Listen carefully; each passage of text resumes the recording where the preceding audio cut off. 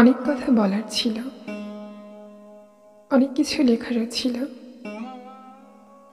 শুধু সময় আর দেহ কোনো কিছুতেই পেরে উঠিনি। তুমি শান্ত স্বভাবের, সব কিছু স্বাভাবিক করার চেষ্টায় আছো।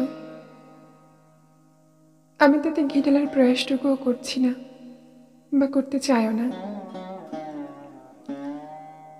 তোমার যেটাতে সুখ আমি সেটাই দেখতে চাই, তবে আমাকে একটু পাশে রেখো। ওই যে দেখছো খাটের খুঁটি, ওইখানটায়।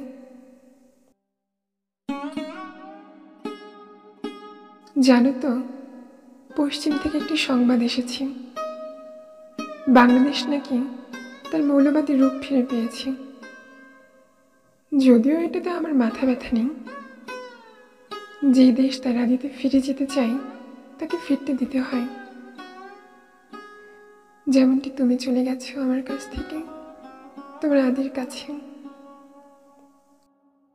সে তোমাকে খুশি রাখতে চাই, সর্বাত্মক চেষ্টা করছে অহরহ। কিন্তু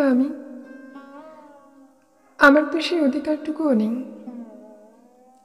তোমার মলিন বদন তাই বুকের মধ্যে উজ্জ্বল হয়ে ওঠে, আর আমি তো সেই ঠায় দাঁড়িয়ে। ছেলেবেলায় একটি কবিতা পড়েছিলাম, যে সাপের চোখ নেই, নাক নেই, আমি ঠিক সেরকমটাই রয়ে গেলাম। তোমার স্পর্শের আকাঙ্ক্ষা জাগ্রত করে আবার বিলীন হওয়ার পথে মহাসমুদ্রে।